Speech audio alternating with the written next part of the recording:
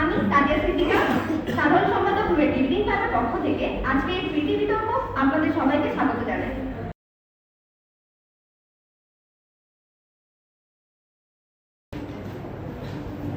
মেধা যখন দেশ ত্যাগ করে তখন শুধু মানুষগুলোর জন্য সঙ্গে চলে যায় দেশের সম্ভাবনা, আর দেশের এই সম্ভাবনাকে ফিরিয়ে আনার জন্য আমাদের আজকের এই বিতর্ক। ধন্যবাদ মানুষ সভাপতি আমাকে বক্তব্য সুযোগ করে দেওয়ার জন্য। আমাদের আজকের বিতর্কের মৌসুমটি হচ্ছে এই সংসদ প্রকৌশলীদের বিদেশের চাকরি বা উচ্চশিক্ষার জন্য দেশ থেকে বিধিনিষেধ করবে আরোপ করবে। আমিও আমার দলকে প্রস্তাব করছি। প্রথমে চলে যাচ্ছি সংজ্ঞানে। আমরা প্রকৌশলী বলতে কি বুঝি? আমরা প্রকৌশলী বলতে বুঝি কোনো একটি বিশ্ববিদ্যালয় থেকে বা কোনো একটি শিক্ষা প্রতিষ্ঠান থেকে ইঞ্জিনিয়ারিং সংক্রান্ত যে বিষয়গুলো রয়েছে সেই বিষয়গুলোতে 4 বছর একটি বিএসসি ডিগ্রি অর্জন করে সে একটি প্রকৌশলী হিসেবে বের হবে। এবং আমরা এখানে বিধিনিষেধ বলতে কি বলছি?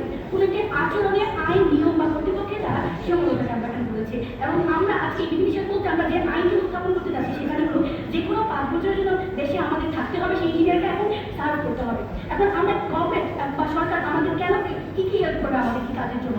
প্রথমত হলো আমাদের কর্পোরেট কোম্পানিকে একটি অ্যাডভাইস করবে যে কোনো প্রজেক্টে আমরা যদি সে ইনভেস্ট করতে চাই সেজন্য কর্পোরেট কোম্পানি থেকে সেজন্য সাহায্য পায়। এবং সেকেন্ডলি হলো কোনো একটি ইঞ্জিনিয়ার যদি কোনো কন্ট্রোভার্টার বা প্রোগ্রাম দিলে সেখানে যেন তার যে ফান্ডিং লাগে সেই ফান্ডিংয়ে গভর্নমেন্ট হেল্প করবে এবং গভর্নমেন্ট আমাদের সেই বিভিন্ন কোম্পানি থেকে তাদেরকে বিভিন্নভাবে ফান্ডিংয়ের জন্য হেল্প করবে। এবং আরেকটি হলো সে যদি কোনো ইঞ্জিনিয়ার যদি কোনো বিজনেস বা কন্ট্রোভার্টার হতে চায় এবং সে যদি 5 বছর ধরে এই কাজটি করে যেতে চায় তখন তাকে তার ট্যাক্স কাট করতে হবে, অর্থাৎ তাকে ট্যাক্সটি কমিয়ে দিতে হবে। এবং আমাদের এই বিতর্কে আজকে এজেন্সিটি হলো বর্তমানে যে ইঞ্জিনিয়ারিং সেক্টরে যে চাকরির সংকট রয়েছে সেই চাকরির সংকটকে দূরীকরণের জন্য এবং সেই চাকরির সংকটটাকে দূরীকরণ করে আমাদের চাকরির বাজারটা বাড়িয়ে আনার জন্য আমাদের আজকে এই বিতর্কটি। এবং আমাদের এখানে বেনিফিটটি কারা কারা হচ্ছে? বেনিফিটটি হচ্ছে যে আমাদের সরকার, আমাদের রাষ্ট্র এবং ইঞ্জিনিয়ারিং সেক্টরের যে ইঞ্জিনিয়ারিং যে বিভিন্ন সেক্টর আছে, যে জব সেক্টরগুলোতে বর্তমানে আমাদেরকে চাকরির সংকট রয়েছে এবং এই চাকরির সংকটগুলোকে দূরীকরণের জন্য নতুন নতুন চাকরি জোগাড় দেওয়া। এখন আমাদের বিধিনিষেধটি কেন করা হয়েছে?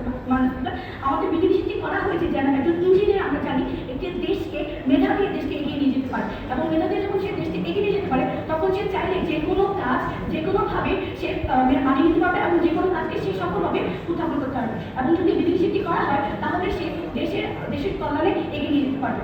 আমাদের আজকে স্টেক হোল্ডারটি হলো যারা ইঞ্জিনিয়ার ডিগ্রি নিচ্ছে বা অধ্যয়নরত রয়েছে বর্তমানে একটি বিশ্ববিদ্যালয়ে ইঞ্জিনিয়ারিং সেক্টরে পড়াশোনা করছে এবং যারা বাইরে যাওয়ার জন্য ক্যাপেবল বা যারা দেশে বা বাইরে যে কোনো ক্ষেত্রে যে কোনো জায়গায় তারা যে কোনো কাজের জন্য উদ্ভাবনী চিন্তা রাখে এবং যে কোনো একটি প্রোগ্রাম বা কোনো একটি জব অর্গানাইজ করার জন্য তারা সামর্থ্য রাখে। এবং আমাদের আজকে এই বিতর্কে যে আর্গুমেন্টগুলো রয়েছে সেগুলো হলো ইঞ্জিনিয়ারদের জন্য যে মোরাল বার্ডেন রয়েছে। আমরা যদি চোখে ভেবে থাকি আমাদের বর্তমানে বাংলাদেশ সরকার একজন শিক্ষার্থীর পেছনে, একজন ইঞ্জিনিয়ারিং বড় শিক্ষার্থীর পেছনে 4 বছরে প্রায় 10 লাখ টাকার মতো খরচ করছে এবং সেই 10 লাখ টাকা একটি সরকার একজন শিক্ষার্থীর পেছনে খরচ করছে। এবং এই মোরাল বার্ডেনের হয়ে একজন শিক্ষার্থী যখন ইঞ্জিনিয়ারিং ডিগ্রি অর্জন করবে এবং ইঞ্জিনিয়ারিং ডিগ্রি অর্জন করার পরে সে চাইলে দেশে থাকতে পারে এবং দেশে সেই 5 বছর থেকে বিভিন্ন জব সেক্টর খুলতে পারে বা বিভিন্ন কোম্পানির হাব খুলতে পারে এবং সেখান থেকে সে বিভিন্ন চাকরির বাজার বাড়িয়ে নিতে পারে। এবং আমাদের আরেকটি মেন আর্গুমেন্ট হলো আমাদের বাংলাদেশের বর্তমানে ইঞ্জিনিয়ারিং সেক্টর বা বিভিন্ন ভার্সিটিতে বিভিন্ন নতুন নতুন ডিপার্টমেন্ট আনা হয়েছে এবং সেই ডিপার্টমেন্টগুলোতে আমরা যেন এক্সক্লুসিভিটি বাড়ানো হয় সেই জিনিসটা আমরা দেখতে হবে। যেমন আমরা বলতে পারি যে বিভিন্ন ডিপার্টমেন্ট যেমন ম্যাটেরিয়াল সায়েন্স ইঞ্জিনিয়ারিং বা মেকাট্রনিক্স ইঞ্জিনিয়ারিং এই ডিপার্টমেন্টগুলোকে বর্তমানে বাংলাদেশের মানুষ খুব একটি দেখছে না এবং সেই ডিপার্টমেন্টগুলো যে বিভিন্ন জব সেক্টর হচ্ছে সেগুলো আমাদের এখন পাওয়া যাচ্ছে না। এবং এই জব সেক্টরগুলোকে বাড়ানোর জন্য আমাদেরকে এই কাজগুলো করতে হবে যেন এই যে জব সেক্টরগুলো থেকে আমরা নতুন নতুন আমাদের চাকরির সম্ভাবনা বাড়ে এবং শিক্ষার্থীরা যেন বিদেশমুখী না হয়ে দেশে কোনো একটি কাজে এগিয়ে নিয়ে যেতে পারে। এবং আমাদের এই জিনিসগুলো হচ্ছে একটা বাটারফ্লাই এফেক্টের মতো।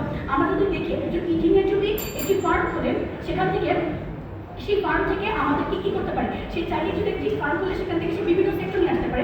যেমন সে একটি বড় ফার্ম থেকে সে নিয়ে আসতে পারে বিভিন্ন সিভিল সেক্টর যেখানে সে বিভিন্ন জায়গায় ফার্মের জন্য বিভিন্ন সিভিল ইঞ্জিনিয়ার নিয়োগ করবে। এছাড়া আমরা যদি দেখতে পাই যে তারা চাইলে তারা গ্লোবালভাবে যে মার্কেটিং করে সেই মার্কেটিং সেক্টরের জন্য তারা চাইলে ইঞ্জিনিয়ারদেরকে নিয়োগ করতে পারে। এছাড়া শুধু মার্কেটিং সেক্টর নয়, বিভিন্ন মেকানিক্যাল সেক্টর বা বিভিন্ন রোবোটিক সেক্টর বিভিন্ন যে সেক্টর থাকে সে চাইলে জব নিয়ে আসতে পারে এবং বিনিয়োগ করতে পারে। এবং এই জিনিসগুলো তারা একজন ইঞ্জিনিয়ার যে বিভিন্নভাবে বিভিন্ন রূপে বিভিন্ন জায়গায় জব নিয়ে আসতে পারে এবং জবের কারণে সে বর্তমানে বাংলাদেশে যে জব সংকট রয়েছে সেই সংকটটাকে দূর করতে পারে সেই জিনিসটা আমরা দেখছি। এবং এই জন্যই আমাদের আজকে পিটি বিতর্কে আমরা লিখব। ধন্যবাদ।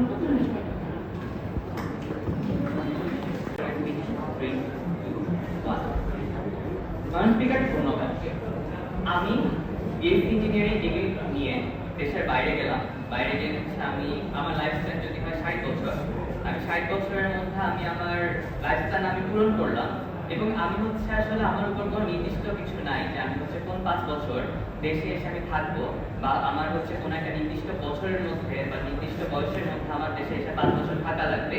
এই ধরনের কোনো নিয়ম শৃঙ্খলা যখন আমার মধ্যে থাকে না বা একটা এরকম আইন যখন এরকম পার্থক্য সম্পর্কিত আইন যখন আমার দেশে প্রণীত করা হয়, ওই মুহূর্তে আসলে আমাকে এই আইনের মধ্যে কিভাবে বাধ্য করবে দেশে আসতে, এর কোনো রকম বাধ্যবাধকতা তারা আমাকে প্রথমত দেখিয়ে যেতে পারেন না। দ্বিতীয়ত সমস্যা হচ্ছে 5 বছর সময়টা খুবই ছোট্ট একটা টাইমে। এই সময়ে তারা আমাকে প্রথমে এসে যে বললো তারা ফার্ম করবে বা ইঞ্জিনিয়াররা এসে অনেক রকমের উদ্যোগ নিবে। আপনাকে বুঝতে হবে লং টার্ম কোনো কিছু করার আগে বা স্থায়ী কোনো কিছু করার আগে কেউ আসলে চিন্তা করে সে আসলে ওখানে থাকবে কিনা। আপনাকে বুঝতে হবে যে আমি যদি 5 বছরের জন্য কোনো একটা দেশে যাই, সেখানে গিয়ে আমি নিশ্চয়ই একটা ফান্ড করবো না। আমি চেষ্টা করবো কিভাবে আমি একটা ইউনিভার্সিটির মধ্যে ঢুকে আমি আমার রিসার্চের কাজ করতে পারি কিংবা আমার স্কিল ডেভেলপমেন্ট করতে পারি, কিংবা আমি হয়তো চেষ্টা করবো যে কিভাবে আমি একটা জবে ঢুকে বা চাকরিতে ঢুকে আমি কিভাবে কিছুটা সময় থাকতে পারবো। তো এইভাবে 5টা বছর কাটানোর জন্য আমার যে আমি খুব বেশি এফোর্ট দিয়ে আমি খুব দেশে পরিবর্তন করে ফেলবো, এই ধরনের মানসিকতা আসলে আমার মাথায় আসবে না। বরং আমি এই 5টা বছর শুধুমাত্র দেশের প্রতি দায়বদ্ধতার জন্য কোনোভাবে আমার দেশের সাথে থাকবো। সেটা হতে পারে আমি ছুটি কাটাবো, হতে পারে আমি কোনো একটা ইউনিভার্সিটি স্কিল ডেভেলপমেন্ট করবো। তো এর মাধ্যমে তারা আসলে আমাকে যে বলছেন তারা চাকরির বাজার বাড়াবেন, তারা আমাদের দেশের মধ্যে অনেক ইতিবাচক পরিবর্তন আনবেন। এই ধরনের কোনো কিছু আসলে কিভাবে আনবেন, এর কোনো রকম ফ্রেমিং বা মেকানিজম বা প্রক্রিয়া তারা আমাদেরকে দেখিয়ে যেতে পারে না। প্রথমত তারা যে আইনটা দেখা যায়, এই আইনটারই আসলে কোনো প্রক্রিয়া আমাদেরকে দেখা যেতে পারে না। দ্বিতীয়ত এই আইনটা যদি আমরা একসেপ্ট করি, তাহলে তারা আমাদেরকে যে আর্গুমেন্টগুলো বা যুক্তিগুলো আমাদেরকে দেখাচ্ছে সেগুলো আসলে কিভাবে আসবে। অর্থাৎ সোজা কথায় ক থেকে খ হয়, এটা বলে দেওয়া খুব সহজ, কিন্তু ক থেকে খ কিভাবে হবে এই ধরনের কোনো মেকানিজম তারা আমাকে দেখিয়ে যেতে পারেন না বা প্রমাণও তারা আমাকে দেখিয়ে যেতে পারেন না। এবার আসি যদি তাদের ইতিবাচক পরিবর্তনের কথা আমরা বলতে চাই বা আজকের বিতর্কের যে আমাদের গোল সেটার কথা আমরা বলতে চাই। গোলটা খুব সংক্ষেপে তারা বলেছেন যে চাকরির বাজার বাড়িয়ে আনা। এখন আপনাকে বুঝতে হবে যে আপনার যখন একটা দেশের মধ্যে অনেক বেশি দুর্নীতি আছে, আপনার দেশের মধ্যে যখন বিসিএস বা সরকারি চাকরিগুলোর মধ্যে অনেক বেশি নিয়োগ বাণিজ্য হয়, কিংবা পদ সংখ্যা অনেক কম, আপনার ইঞ্জিনিয়ারদের সাথে যখন আপনার ডিপ্লোমাদের রীতিমতো মারামারি লেগে থাকে, কিংবা আপনার যে মুহূর্তে আপনি দেখতে পান যে আপনার দেশে এসে আসলে যেখানে আপনি ঢুকতে চান, আমার ডিপার্টমেন্ট থেকে আমি যখন পাস করে কোনো একটা চাকরি বাজারে দেখতে চাই, দেখি আমার ম্যাডাম আমাকে বলে যে ইন্টারভিউতে অনেক বেশি ইংলিশ শুনে আসলে জব দেওয়া হয় না। তো এই ধরনের সিচুয়েশনগুলো যখন আপনার দেশে বিদ্যমান, সেই মুহূর্তে আসলে আপনি কিভাবে এসে কোনো একটা আপনার দেশের যে সেক্টর রয়েছে সেই সেক্টরে ঢুকে আপনি আসলে কাজ করবেন, এই ধরনের কোনো পারফেক্ট সিনারিও তারা আমাকে দেখাতে পারে না। এখন তারা আমাকে এটা বলতে পারে যে তারা এসে নিজেরা চেঞ্জ করবে না, তারা এসে চেঞ্জ করবে না, কারণ তারা ওই 5 বছরের জন্য বাধ্য হয়ে আসতেছে এবং সেই 5 বছর পরে তারা আবার দেশ থেকে চলে যাবে। অর্থাৎ এই যে চলে যাবে এই ধরনের একটা গোল নিয়েই তারা আসে। এই জন্য দেশের মধ্যে যে তারা কোনো স্থায়ী সমাধান আনবে বা স্থায়ী পরিবর্তন আনবে এই ধরনের কোনো কিছু আসলে তারা চিন্তাও করে না। এবং কেন চিন্তা করবে এই ধরনের কোনো মেকানিজম তারা আমাকে দেখিয়ে যেতে পারে না। অর্থাৎ তারা আজকে বিতর্কের থেকে শুরু করে প্রথমত আইন সেই জায়গাটা ভুল, দ্বিতীয়ত তারা আজকে বিতর্কে আমাদেরকে যে এন্ড গোল দেখায় সেই এন্ড গোলে তারা নিজেরাই পৌঁছাতে পারে না, তৃতীয়ত তারা আজকে আমাকে যে যুক্তিগুলো দেখায় যে এই যুক্তিগুলো একটা আসলে বাস্তবিক কোনো যুক্তি না। অর্থাৎ সেই বাস্তব একটা বিশ্বে কেন তার কাছে সেই আর্জেন্সিটা থাকবে বা কেন তার কাছে সেই মূল্যবোধটা থাকবে বা মোরালটা থাকবে, এই ধরনের কোনো কিছু তারা আমাকে বলতে পারে না। এখন তারা আমাকে বলতে পারে তাহলে আমার এই ইঞ্জিনিয়ারদের পিছিয়ে আমি যে 10 লাখ টাকা করে খরচ করতেছি, তাহলে এটার কোনো রকম ভ্যালু ব্যাক কি আমি পাবো না? এটার খুবই সহজ একটা উত্তর আছে। সহজ উত্তরটা এটাই যে আপনার ইঞ্জিনিয়ার আপনার দেশে এসে কাজ করলেই যে আপনাকে সেই ভ্যালু ব্যাক দেবে কখনো এটা না। আপনাকে বুঝতে হবে যে এই মুহূর্তে গুগল আমাদের ইঞ্জিনিয়াররা যায়, যে মুহূর্তে মাইক্রোসফট আমাদের ইঞ্জিনিয়াররা যায়, ওই মোমেন্টে আপনার বাংলাদেশের জন্য একটা ব্র্যান্ড ভ্যালু ক্রিয়েট হয়। আপনার বুঝতে হবে বাংলাদেশের ইউনিভার্সিটিগুলো থেকে অলরেডি অনেক যাওয়ার সুযোগ অনেক বেশি কম। এই ধরনের জায়গাগুলো যখন আপনার ইঞ্জিনিয়াররা যায়, ওই মুহূর্তে আপনার বাংলাদেশের যে ব্র্যান্ড ভ্যালু এটা অনেক বেশি বেড়ে যায়। এই বেড়ে যাওয়ার কারণে আসলে ওই ইঞ্জিনিয়াররা যখন ওখানে থাকে, ওই মোমেন্টে আপনার এই দেশ থেকে ইঞ্জিনিয়াররা বাইরে যাওয়া, পড়াশোনা করা বা আপনার তারা হায়ার স্টাডিজ করে আসা, এই ধরনের জিনিসগুলো অনেক বেশি সহজ হয়ে পড়ে। আপনাকে বুঝতে হবে তাহলে ইতিবাচক পরিবর্তনটা কিভাবে হতে পারে। আমরা বিশ্বাস করি আমাদের দিক থেকে আমরা একটা অল্টারনেটিভ পলিসি আপনাকে দেখাতে পারি, সেটা হচ্ছে ইনসেন্টিভ বাড়ানো। আপনার দেশে যে মুহূর্তে আপনি এই যে দুর্নীতিগুলো নিয়ে কাজ করবেন, নিয়োগ বাণিজ্যগুলো নিয়ে কাজ করবেন, কিংবা যে মুহূর্তে আপনি ডিপ্লোমা বিএসসি এই ধরনের জিনিসগুলো নিয়ে কাজ করবেন, ঠিক সেই মুহূর্তে এই বিএসসি ইঞ্জিনিয়াররা বাইরে থেকে হায়ার স্টাডিজ করে বাংলাদেশে আসতে অ্যাকচুয়ালি উদ্বুদ্ধ হবে, কিংবা আপনার তাদেরকে 5 বছরের জন্য বাধ্য করে রাখা লাগবে না, অর্থাৎ তাদেরকে বাধ্য করে একটা দেশে কাজ করতে আসার আস্থা আপনার পাওয়া লাগবে না। তারা নিজে থেকেই আসবে, তারা নিজে থেকেই তখন উদ্যোগগুলো করবে, এবং তারা যখন স্থায়ীভাবে আসবে তখন তারা ওই স্থায়ীভাবে সমাধান করার চেষ্টা করবে। তো তাদের এই যে বিতর্ক বা তোমার থেকে জেনেছি, তাদের পুরো বিতর্ক যেটা তারা করছে পুরোপুরি অন্তঃসার শূন্য একটা বিতর্ক তারা করছে। তো বিশ্বাস করি বিতর্ক অলরেডি আমরা জিতেছি। ধন্যবাদ। এলো থেকে প্রথম যে কথাটা আসে যে একজন ইঞ্জিনিয়ার যখন 5 বছরের জন্য দেশে সার্ভ করতে আসবে তখন সে 5 বছর বসে থাকবে কিনা। আমরা মনে করি একটা ইঞ্জিনিয়ার কখনো একটা ইনকম্পিটেন্ট না যে সে দেশে 5 বছর সার্ভ করতে সে জাস্ট 5 বছর বসে থাকবে। সেখানে একটা বেসিক চেক অ্যান্ড ব্যালেন্স কাজ করবে। তার পরিবারকে টাকা দিতে হবে, বা তাকে নিজের জীবনটা চালাইতে হবে, বা সে নিজেকে আরো ডেভেলপ করতে চাইবে। এই জায়গা থেকে হলেও সে দেশকে সার্ভ করতে চাইবে। দ্বিতীয়ত তারা বলে দেশে অনেক দুর্নীতি ভাই, দেশের মধ্যে আমরা কেমন সিস্টেম চেঞ্জ করবো, তারা দুর্নীতির ইনসেন্টিভাইজ করতে চাই।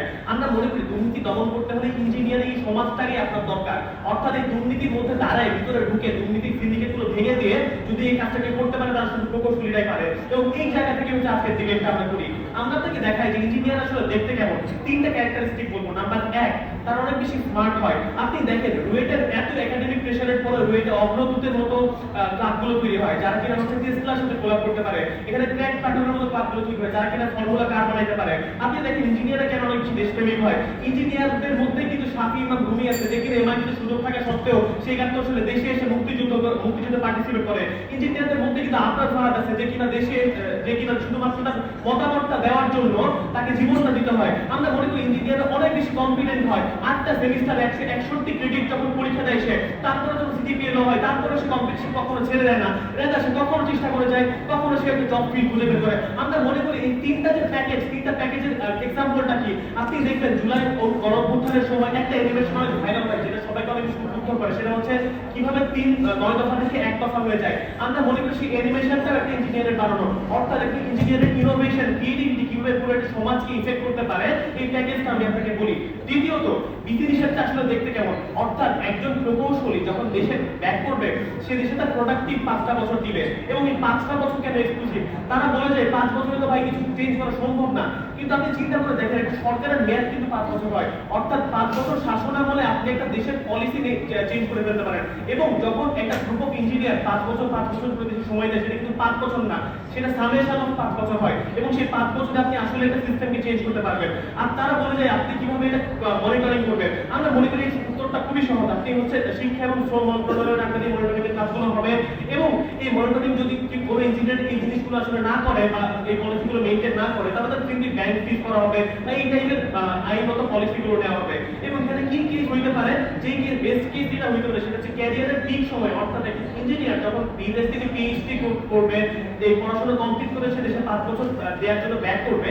আমরা মনে করি তখন সে বিদেশে দেখবে যে আসলে ইঞ্জিনিয়ারিং সেক্টরটা কিভাবে কাজ করে এবং এটা কিভাবে দেশের মধ্যে আসলে এক্সপ্লোর করানো যায়। এই জায়গা থেকে তার কাছে প্রপার প্ল্যানিং থাকবে যে আমি এই সময়টা বিদেশে পড়াশোনা করব, এই সময়টা 5 বছর দেশে দিব, 5 বছরের মধ্যে আমার জার্নাল হয়তো Q2 ছিল, Q1 লেভেলের জার্নাল পাবলিশ করব, এবং তারপরে আমি আবার বিদেশে ব্যাক করে আমার যে গুগল মাইক্রোসফটের জবগুলো ছিল সেগুলোতে ব্যাক করবো, জবগুলোতে অ্যাপ্লাই করব।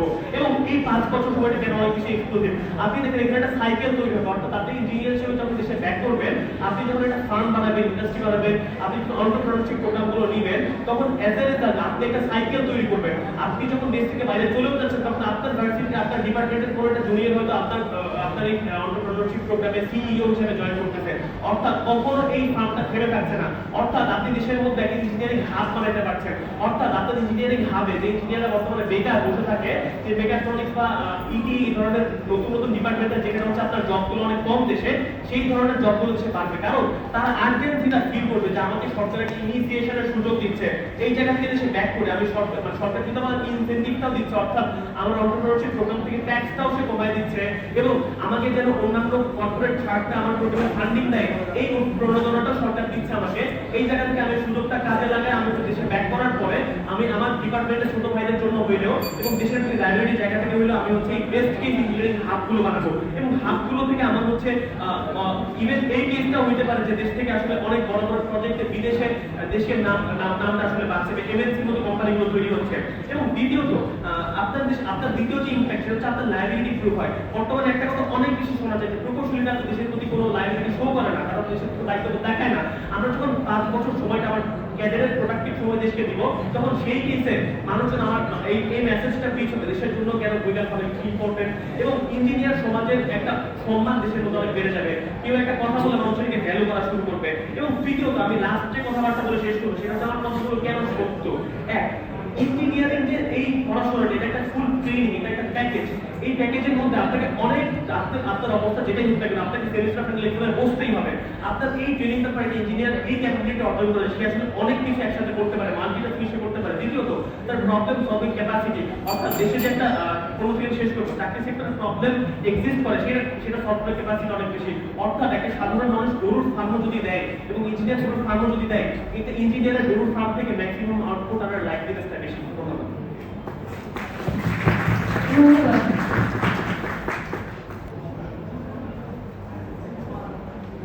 মাননীয় স্পিকার মন্ত্রীর কথা শুনে মনে হলো বাংলাদেশ পার্লামেন্টে বসে আছে এবং তিনি খুব সুন্দর মতো দেশপ্রেমের গল্প শোনালেন।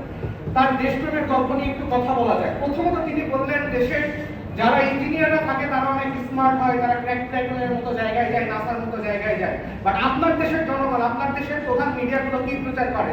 হেলিকপ্টার লাগে, একটা হেলিকপ্টার মানে বাসার সিলিং ফ্যান লাগে, আপনার একটা হেলিকপ্টার বানাইছে। তো ক্র্যাক প্ল্যাটন নিয়ে এই দেশের মানুষের কোনো মাথা ব্যথা নাই।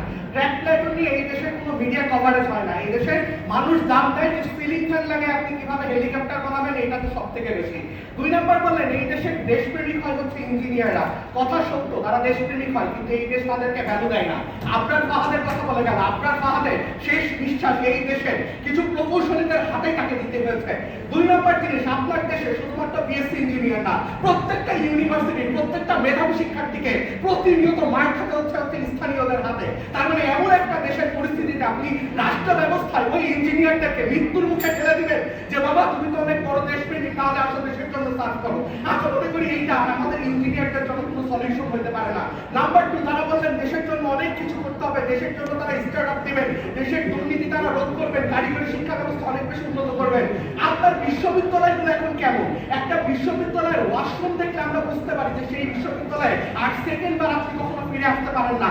আপনাকে ক্লিয়ারেন্স দিয়ে যখন বিশ্ববিদ্যালয়ে ত্যাগ করতে হয়, তখন একের পর এক প্রশাসনিক ঝামেলা আপনাকে পোহাতে হয়। একটা জায়গায় একটা প্রজেক্টর চলবে কি চলবে না, এর উপর আপনার একটা বিশ্ববিদ্যালয়ের ক্লাস ডিপেন্ড করে যে সেদিন ক্লাস হবে কিনা। ইভেন ফ্যাকাল্টি মেম্বাররা যদি চায় ক্লাস নিতে, দেখা যায় যে কর্মচারীরা হচ্ছে সেই বিশ্ববিদ্যালয়ের সব থেকে বড় নবাব। অর্থাৎ যতক্ষণ পর্যন্ত না তারা ঘুম থেকে উঠে ক্লাসরুম না খুলছে, ততক্ষণ পর্যন্ত বিশ্ববিদ্যালয়ে ক্লাস হয় না। এবং এই পরিস্থিতির মধ্যে যখন একজন 4.5 বছর ধরে একটা বিএসসি ইঞ্জিনিয়ার পড়াশোনা করে, তার ইঞ্জিনিয়ারিং ডিগ্রি পড়ে এই দেশের প্রতি বা দেশপ্রেমের যে আমরা গল্প শোনালাম, সেই দেশপ্রেমের গল্প তার সাথে কখনো কানেক্ট হয় না। সে চায় যে কোন দিন এই বিশ্ববিদ্যালয় থেকে আলহামদুলিল্লাহ বলে চলে যাবে। আমরা মনে করি এমন একটা পরিস্থিতিতে এই দেশের যে অবকাঠামোগত উন্নয়ন, যেই ফ্যাকাল্টি থেকে প্রশাসনিক উন্নয়ন আপনার করা উচিত ছিল, সেই প্রশাসনিক উন্নয়ন যদি আপনি করতেন, তাহলে তার মধ্যে ওই দেশপ্রেমের ইনবিল্ট একটা ন্যাচারাল আপনার প্রপার্টি তৈরি হইতো, যার কারণে সে নিজেই দেশকে সার্ভ করতে চাইতো। 2 নম্বর জিনিস, তিনি বললেন ইঞ্জিনিয়াররা যা করবে সেটাই নাকি অনেক ভালো হবে, গরুর ফার্ম দিবে অন্তত তারা। বোঝার চেষ্টা করেন তাহলে আপনি কি চিন্তা করতেছেন যে দেশের চাকরির অবস্থা কতটা ভয়াবহ। প্রতি বছর 1 লাখ বিএসসি ইঞ্জিনিয়ার বের হয় সরকারি বিশ্ববিদ্যালয় থেকে, তার মধ্যে মাত্র আপনি বিসিএস এর মাধ্যমে চাকরি দিতে পারেন 43 জনকে, সেটাকে আপনি বড় করলেন 10 গুণ করলেন 430 জন। বাকি 99,500 মানুষকে আপনি কিভাবে চাকরি দিবেন, তার কোনো ওয়ে নাই। তারপরে তিনি চাচ্ছেন যে চমক হাসান দেশে একটা গরু ফার্ম দিয়ে গরু পালন করে দেশকে সার্ভ করবে। আমরা মনে করি এই জাতীয় অলিভ যে কল্পনা যে একজন ইঞ্জিনিয়ার যে গুগলে চাকরি করছেন, একজন ইঞ্জিনিয়ার যে অ্যামাজনে চাকরি করছে, সে সেখানে গরু ফার্ম দিয়ে দেশের উন্নয়ন ঘটাবে। এর থেকে আমরা মনে করি আপনার দেশে অলরেডি এক্সিস্টিং একটা ছাত্রকে যদি বাইরের দেশে যাইতে হয়, তাকে স্যাট নিয়ে, তাকে বিশ্ববিদ্যালয়ের ক্লিয়ারেন্স নিয়ে, তাকে প্রতিনিয়ত ভিসা অফিসে যেই ধাক্কা খাইতে হয়, তারপরে সে দেশের প্রতি এমনি ভালোবাসা হারাই ফেলে। এমন একটা বিএসসি ইঞ্জিনিয়ারকে যখন আপনি দেশে আনবেন, তখন একটা বিএসসি ইঞ্জিনিয়ার নিশ্চয়ই কোনো অনিস্টিক বা সাধু টাইপ না। সে যখন দেখবে যে তাকে দেশে আসতে হয়েছে বাধ্য হয়ে, তাকে একটা ভালো জব, ভালো পরিবার, ভালো সিচুয়েশন থেকে দেশ করে আসতে হয়েছে, তখন সেই ইঞ্জিনিয়ার দেশে এসে দুর্নীতি করা শুরু করবে।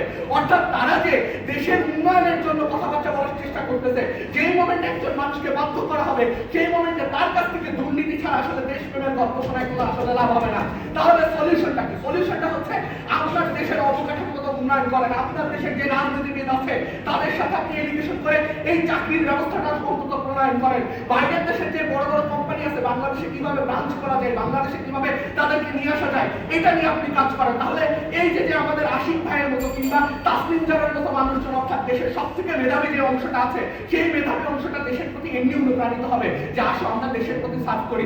প্রত্যেকটা মানুষের মধ্যে দেশপ্রেম নিহিত আছে, কিন্তু সেই মানুষটা যখন দেখে যে রাস্তায় চলার সময় স্প্যান করে আমি মারা যাইতে পারি, সেই মানুষটা যখন দেখে যে বিদ্যুতের তারের কারণে সেই মানুষটা মারা যাইতে পারে, সেই মানুষটা যখন দেখে রাজনৈতিক অস্থিতিশীলতার কারণে তার সন্তানের জীবনের নিরাপত্তা নাই, সেই দেশে একটা মানুষ কখনো আসবে না, সেই মাসে একটা মানুষ কখনোই চাকরি করতে যাবে না। তাহলে জীবনের নিরাপত্তা, তার ফ্যামিলির নিরাপত্তা যখন আপনি নিশ্চিত করতে পারবেন, ওই দেশপ্রেমের জায়গা থেকে হোক, নিজের পরিবারের প্রতি দায়িত্ববোধের জায়গা থেকে হোক, নিজের সমাজের প্রতি দায়িত্ববোধের জায়গা হোক, সেখান থেকে অবশ্যই জনগণের জন্য সার্ভ করার জন্য সে অবশ্যই দেশে ফিরে আসবে। কিন্তু এই যে দেশের এক্সিস্টিং প্রবলেমকে সলভ না করে আপনি যা বলতেছেন ইঞ্জিনিয়ার, আরে বাবা ইঞ্জিনিয়ার কি রাষ্ট্র পরিচালনা করে? ইঞ্জিনিয়ার কি সরকার? যে ইঞ্জিনিয়ার এসে দুর্নীতি প্রতিরোধ করবে, ইঞ্জিনিয়ার এসে দেশের আইন প্রণয়ন করবে, ইঞ্জিনিয়ার এসে দেশের স্টার্ট আপ করবে, তাদের কি ইঞ্জিনিয়ারিং করে এসে মেডিকেল সেক্টরে যে অপারেশন করা শুরু করবে? সুতরাং হচ্ছে না, সবার ইন্ডিভিজুয়াল কাজ আছে, সবার ইন্ডিভিজুয়ালের কাছে থেকে সবাইকে দায়বদ্ধ করা উচিত। সবকিছু উদরপিণ্ডি, সবকিছু হচ্ছে বুয়েটের দোষ, সবকিছু বুয়েটের দোষ, এভাবে চালালে কখনো সমাজের উন্নয়ন হবে না। ধন্যবাদ। ধন্যবাদ মাননীয় স্পিকার। আজকে আমাদের বিতর্কের বিষয় হচ্ছে এই সংসদ প্রকৌশলীদের বিদেশে চাকরি বা উচ্চশিক্ষার জন্য দেশ থেকে বিধিনিষেধ আরোপ করে। আচ্ছা মাননীয় স্পিকার, আজকে বিরোধী দলের বক্তব্যে এটাই স্পষ্ট যে তারা যেভাবেই হোক দেশ ছেড়ে চলে যাবে। সেটা কারণ কি? শুধুমাত্র পার্সোনাল বেনিফিট। মাননীয় স্পিকার, তারা রাষ্ট্রের কোনো কাজে লাগতে চায় না, রাষ্ট্রের কোনো উপকার করতে চায় না, তারা শুধুমাত্র রাষ্ট্র থেকে যে সুবিধাগুলো আছে সেগুলো নিবে, তারপর দেশ ছেড়ে পালিয়ে যাবে। এতগুলো সমস্যা আমি কোনোটা সমাধান করবো না, আমি শুধুমাত্র নিজের পার্সোনাল বেনিফিটের জন্য আমি চলে যাব, কারণ আমার জীবন সুন্দর করা লাগবে। মাননীয় স্পিকার, তাদের কথা হচ্ছে এটা।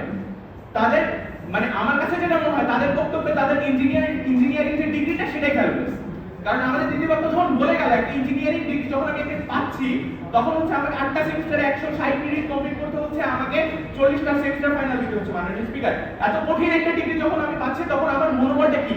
আমি যে কোনো কিছু ফাইট করতে পারি মাননীয় স্পিকার, কিন্তু তারা সেই ফাইট করার মনোবলটাই নেই। তারা হচ্ছে শুধুমাত্র আমি দেশে চলে যাবো, আমি একটা সহজ রাস্তা তৈরি হয়ে গেছে, আমার দেশের বাইরে চলে যেতে হবে। মাননীয় স্পিকার, নিচ্ছি না। আচ্ছা, তারা বারবার বলে যাচ্ছে ওই দেশের বাইরে চলে যাবে, দেশের বাইরে চলে যাবে। আচ্ছা ঠিক আছে, আপনি দেশের বাইরে চলে গেলেন, কিন্তু তারপর আবার আপনি চাচ্ছেন আবার দেশের অবকাঠামোগত উন্নয়ন করতে। আচ্ছা, আপনি দেশের অবকাঠামোগত উন্নয়ন করবেন টাকা ছাড়া, দেশের ক্রিয়েটিভ মাইন্ড বলা ছাড়া। আপনি দেশে থাকবেন না, দেশের অবকাঠামোগত উন্নয়ন হয়ে যাবে। সেটা কে করবে? আপনি বলতেছেন আমি দুর্নীতিতে চ্যাম্পিয়ন, তাহলে কি সেই দুর্নীতিতে যারা চ্যাম্পিয়ন হচ্ছে তারা করবে নাকি আমি করবো? আমি তো এই জায়গায় ক্রিয়েটিভ মাইন্ড, একজন ইঞ্জিনিয়ার হলে দেশের সব থেকে বড় ক্রিয়েটিভ, সে যদি এই জায়গায় না থাকে মানুষ, তাহলে সে কিভাবে করবে? আচ্ছা লক্ষ্য করুন, আমরা যে বলতেছি যে যদি একজন ইঞ্জিনিয়ার 5 বছরের জন্য দেশে আসে, একটা এক্সপার্টিস গেইন করার পরে বা যে কোনো সময় সে যদি আসে, তাহলে সে কি দেশের উপকারে লাগবে না? মাননীয় স্পিকার, আচ্ছা আজকে আমার দেশে অটোমোবাইল সেক্টর কি আছে? না মাননীয় স্পিকার, আমাদের দেশে অটোমোবাইল ইন্ডাস্ট্রিটা একদমই সেভাবে এক্সিস্ট করে না। আচ্ছা, কিন্তু একজন ইঞ্জিনিয়ার যদি সে ইউরোপের কোনো একটা কান্ট্রিতে গেল, সে জার্মানিতে গেল, কিংবা সে হচ্ছে ধরে নিলাম সে জাপানে গেল, সে যদি সেই অটোমোবাইল ইন্ডাস্ট্রি সম্পর্কে সবকিছু ধারণা নিয়ে আসতে পারে, সে যদি আমার দেশে একটা অটোমোবাইল ইন্ডাস্ট্রি গড়ে তুলতে পারে, তাহলে কি হবে মাননীয় স্পিকার? আমার দেশ কি এগিয়ে যাবে না? আমার দেশ যদি এগিয়ে যায় তাহলে লাভটা কি মাননীয় স্পিকার? আমাদের তো অর্থনীতিতে উন্নয়ন হবে। তারা যদি শুধুমাত্র দেশের বাইরে চলে যাওয়ার চিন্তা ভাবনা করতে থাকে, আমার দেশের অর্থনীতিতে উন্নয়ন হবে না মাননীয় স্পিকার। আমার দেশের অর্থনীতি একটাই ভঙ্গুর, তার মধ্যে আমরা যেটা করতেছি, আমাদের একজন ইঞ্জিনিয়ারিং স্টুডেন্টের পিছনে বছরে প্রায় 10 লাখ টাকার মতো করে খরচ হয় মাননীয় স্পিকার। সেই জায়গা থেকে এত টাকা খরচ করছে আমাদের পিছনে সরকার, যেখানে আমাদের অর্থনীতি ভঙ্গুর, সেই জায়গায় আমি দেশকে কিছু ফেরত দিচ্ছি না, উল্টো আমি খালি দেশ থেকে একটা ডিগ্রি নিচ্ছি, সেই ডিগ্রিটা নিয়ে আমি বলছি যে আমি দেশে থাকবো না, আমি দেশের বাইরে চলে যাবো। মাননীয় স্পিকার, নিচ্ছি না।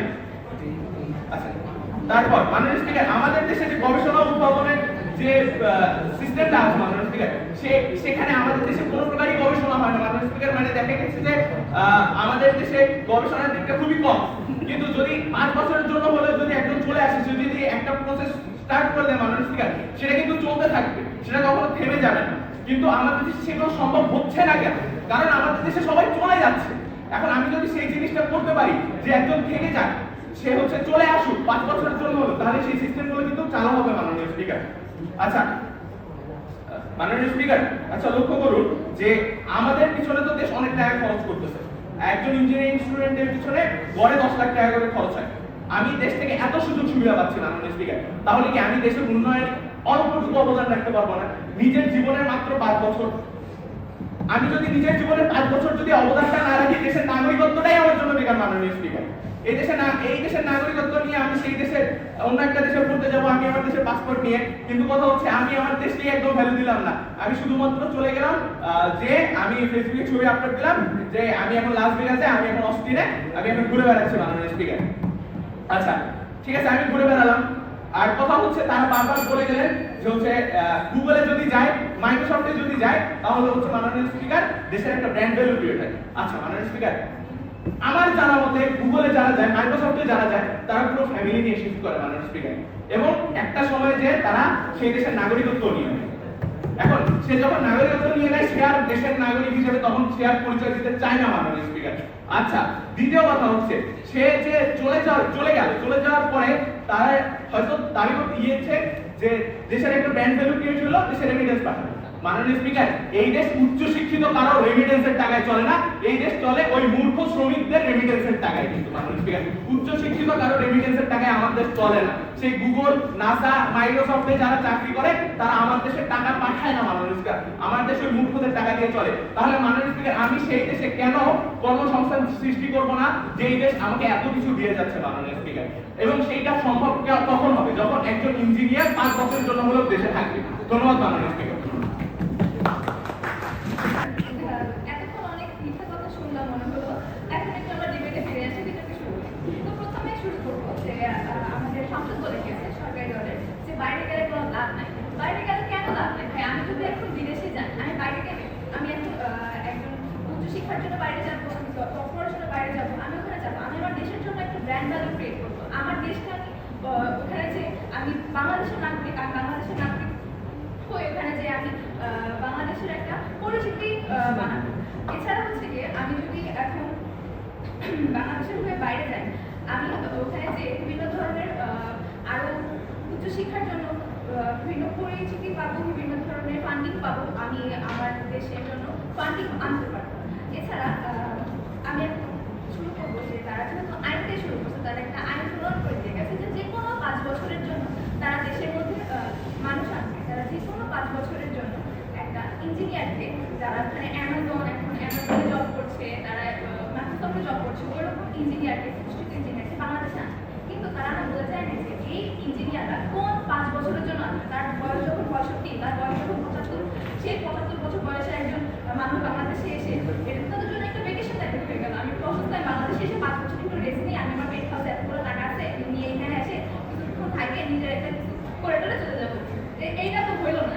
আমি যদি এরকম কিছু একটা করি, তাহলে আমার মানে দেশের উন্নয়নটা কিভাবে হবে? ওই 5 বছরে একটা ইঞ্জিনিয়ার এসে একটা গরু ফার্ম দিবে, ওনাদের গরু ফার্ম দিয়ে আমি আমার দেশকে একদম উন্নয়নের কোন শিখরে নিয়ে যাবো।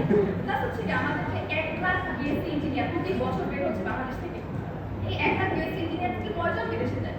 কয়জন ইঞ্জিনিয়ার বিদেশে? ওনারা কেন বলছে সবাইকে বিদেশে পাঠাবে? সবাইকে বিদেশে পাঠাবে কেন?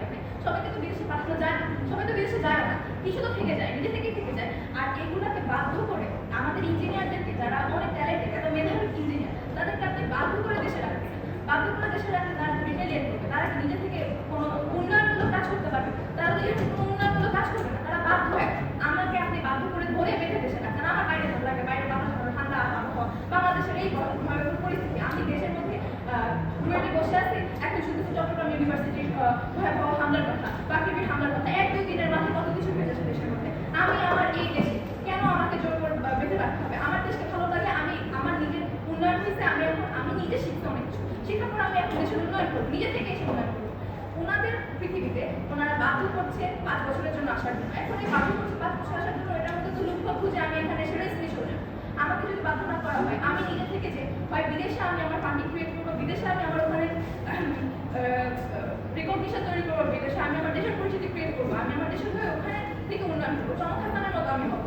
আমি কেন এখানে এসে বাংলাদেশে গরু ব্যবসা করবো? আমি কেন এখানে এসে বাংলাদেশে 5 বছরের জন্য কিছু একটা করে চলে গেলাম বাধ্যবাধকতার জন্য? আমার তো এগুলো করার দরকার নেই।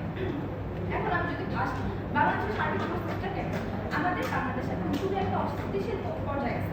আমি আমার বাংলাদেশের মধ্যে যদি দেখি, তাহলে হচ্ছে সড়ক দুর্ঘটনা, নিরাপত্তাহীনতা, এরকম যদি পরিবেশের মধ্যে আপনি দেখেন, আমাদের রাজমানের কোনো নিরাপত্তা নেই।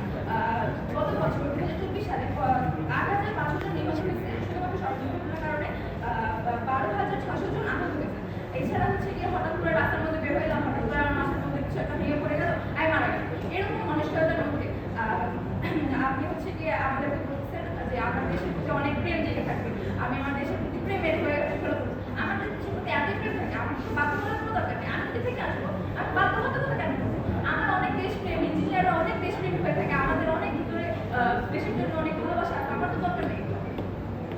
এছাড়া এরকম যদি করা হয় যে 5 বছরের বাধ্যবাধকতা যে ওদের আইন আছে, এই 5 বছরে ওনারা সবাইকে কি জব দিবে, সবাইকে যে ডেকে আনলো, সবাইকে আনছে, এখন ওদের তো কোনো জব নেই। আবার এই 5 বছর ওরা কিছু একটা করার পর আবার কি ফিরে যায়, তারা যেখান থেকে জব করে আসছে ফিরে যে আবার সেই সেম জবই পাবে, এই 5 বছরের যে মেকানিজম তারা দেখা যেতে পারে না। এই 5 বছর তারা কি করবে? তো 5 বছরের বিদেশে যে ওরা কি পূর্বের পরিস্থিতিতে, পূর্বের যে তাদের অবস্থান ছিল, ওই অবস্থান কি তারা ফিরে পাবে? এটা কোনো তারা দেখা যাইতে পারে না। তারা খালি করবে 5 বছর আসবে, তারা যদি কোনো ব্যবসা করে তাদেরকে টাকা দিতে হবে। এই ফান্ডিংয়ের দরকার নেই। আমি আমার এত সুন্দর একটা পরিবেশ পরিস্থিতি ছেড়ে কেন আমি এমন দেশে? আমাদের দরকার নেই। এছাড়া আমাদের দেশের যদি চাকরির ব্যবস্থার কথা যদি ওভারঅল বলি, আমার চাকরির বাজারটা কেমন দেশে? ধরেন বিদেশে যায় না একটা ছেলে, একটা মেয়ে বিদেশে যায় না, সে বাংলাদেশেই পড়ালেখা করছে, বাংলাদেশে জব করবে। আমি বাংলাদেশের জবের ব্যবস্থাটা একটু বলি, সরকারি চাকরিতে কি হয়? আমি সরকারি চাকরি করছি, আমার উপরে যে লোকটা আছে সে দেখা যাচ্ছে নন ইঞ্জিনিয়ার। আমি কেন নন ইঞ্জিনিয়ারের আন্ডারে? আমি একটা ট্যালেন্টেড শিক্ষিত একজন ইঞ্জিনিয়ার, আমার উপরে কেন